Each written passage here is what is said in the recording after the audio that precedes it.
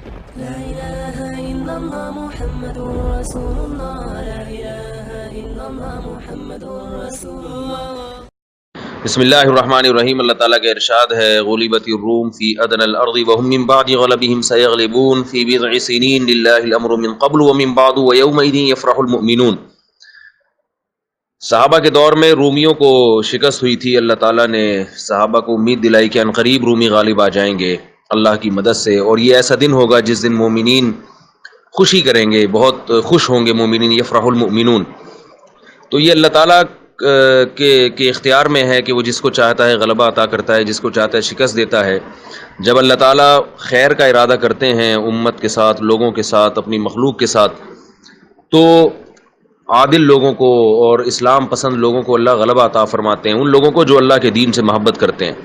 ترکی میں Tayyip Erdogan کی جو فتح ہے، یہ علماء کی بہت زیادہ خواہش تھی، اور جتنے بھی انصاف پسند لوگ ہیں سب کی خواہش تھی کہ اللہ تعالیٰ ترکی میں 100 سال کے بعد جو انقلاب آ رہا ہے، ترکی نے دنیا پہ حکومت کی ہے، مسلمانوں کا ایک محافظ تھا ترکی، اور جب تک ترکی کی خلافت تھی دنیا میں کوئی بھی میلی آنکھ اٹھا کے مسلمانوں کی طرف نہیں دیکھ سکتا تھا. اس کا خاتمہ کر دیا گیا اور ترکی کو ایک بالکل لبرل اور سیکولر اسٹیٹ بنانے کی کوشش کی گئی. مگر الحمدللہ اتنا کچھ کرنے کے بعد بھی آج دنیا حیران ہے کہ ترکی میں دین کو ہر طرح سے ختم کرنے کی کوشش کی گئی، مگر کیسے ترک عوام آج بھی مذہب سے محبت کرتی ہے.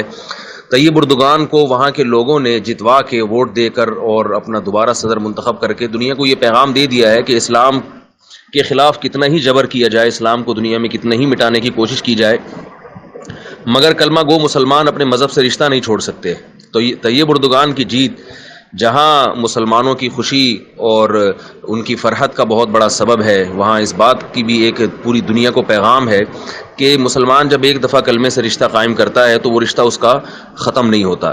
اللہ تعالیٰ طیب اردگان کی فتح کو تمام عالم اسلام کے لیے خوشیوں کا سبب بنائے، اور ہمارے حکمرانوں کو بھی اللہ تعالیٰ اپنے ملک میں دین اور مذہب کو نافذ کرنے کی توفیق عطا فرمائے. اور جس طرح سے طیب اردگان نے اپنے ملک کی معاشی اور عسکری لحاظ سے خدمت کی ہے، مذہبی لحاظ سے، معاشی لحاظ سے، عسکری لحاظ سے، وہ ساری دنیا جانتی ہے. تو آج یہ وہ دن ہے جس کے بارے میں قرآن نے فرمایا یومئذ یفرح المؤمنون، کہ جو مومن ہوگا، جو ایمان والا ہوگا وہ خوش ہوگا.